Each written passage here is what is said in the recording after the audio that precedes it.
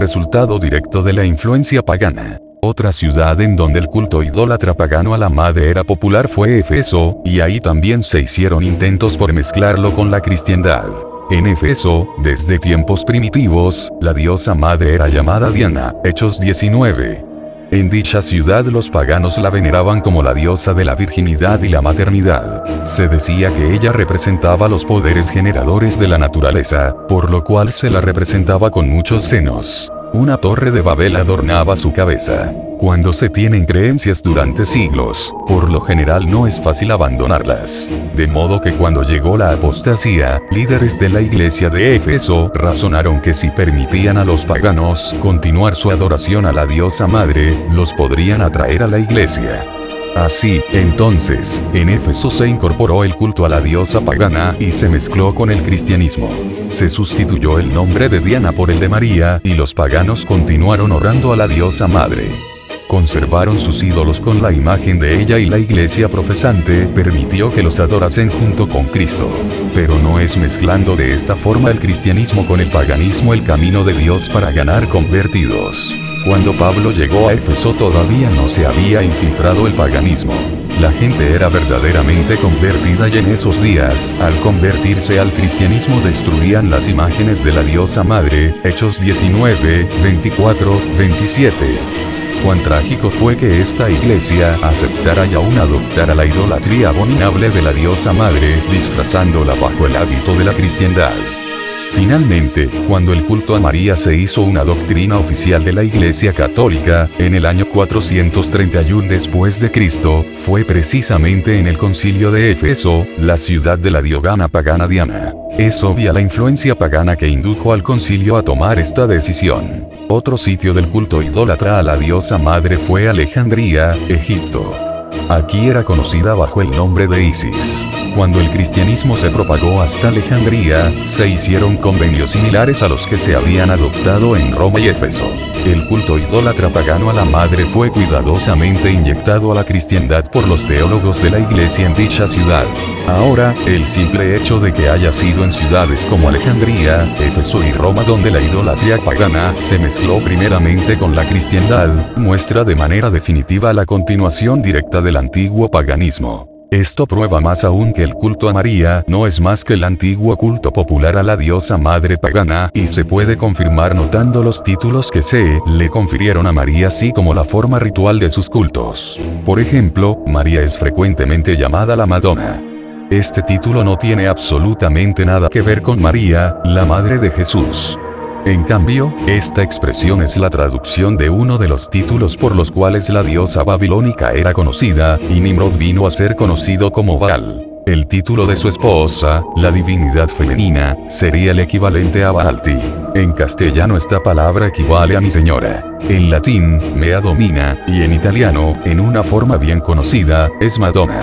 Entre los fenicios, la madre diosa era conocida como Nuestra Señora de los Mares, y aún este título se aplica a María a pesar de que no hay absolutamente ninguna conexión entre María y el mar en los evangelios. Las escrituras claramente indican que solo hay un mediador entre Dios y los hombres, Jesucristo hombre, 1 de Timoteo 2, 5. A pesar de esto, el catolicismo romano enseña que María también es mediadora, y es por esto que las oraciones a ella forman una parte muy importante en el culto católico. Pero ¿cómo fue que María vino a ser conocida como mediadora? Nuevamente tenemos la influencia del paganismo, pues la madre diosa de Babilonia tenía nombres como Milita, que significa la mediadora. Y así esto también pasó a la iglesia apóstata, la cual hasta hoy en día habla de María como mediadora. Otro título que proviene del paganismo y fue aplicado a María es el de Reina del Cielo. En ningún lugar del Nuevo Testamento se dice que María, la madre de Jesús, sea o tuviera que ser nombrada Reina del Cielo. Pero este título lo poseía la diosa madre pagana, que era adorada siglos antes de que María siquiera hubiera nacido. Sí, hacía mucho tiempo, en los días de Jeremías, que el pueblo adoraba a la Reina del Cielo y practicaba ritos que eran sagrados para ella. Como podemos leer en Jeremías 7, 18, 20, los hijos recogen la leña y los padres encienden el fuego y las mujeres amasan la masa para hacer tortas a la Reina del Cielo. Y Y en este contexto, es interesante notar que actualmente las mujeres de Papos, Chipre, hacen ofrendas a la Virgen María, como Reina del Cielo, en las ruinas del antiguo templo de Astarte. Como hemos visto, el nombre de la diosa madre en Egipto era Isis y su hijo Horus, Osiris. Pues bien, uno de los títulos por los cuales Isis era conocida también, era el de Madre de Dios.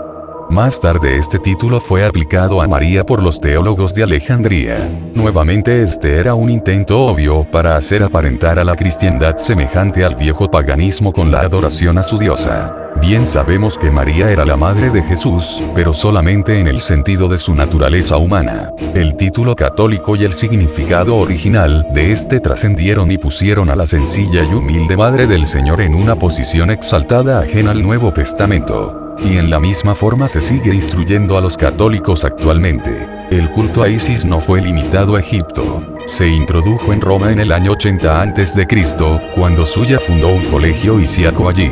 Y para mostrar hasta qué punto estaba mezclado el paganismo con la cristiandad romana, necesitamos solamente mencionar el hecho de que Isis era adorada en un templo que estaba situado en las colinas vaticanas, donde hoy está localizada la Basílica de San Pedro, el centro de la iglesia que adora a la Madre de Dios en aquella forma. Aquí encontramos que los títulos Reina del Cielo, Nuestra Señora de los Mares, Mediadora, Madonna, Madre de Dios y otros más, que antes se atribuían a la diosa madre pagana, fueron poco a poco aplicados a María. Tales títulos indican claramente que el supuesto culto a María de hoy es en realidad una continuación del culto a la diosa pagana. Pero existen todavía más pruebas que se pueden observar en la forma en que se representa a María en el arte de la iglesia apóstata.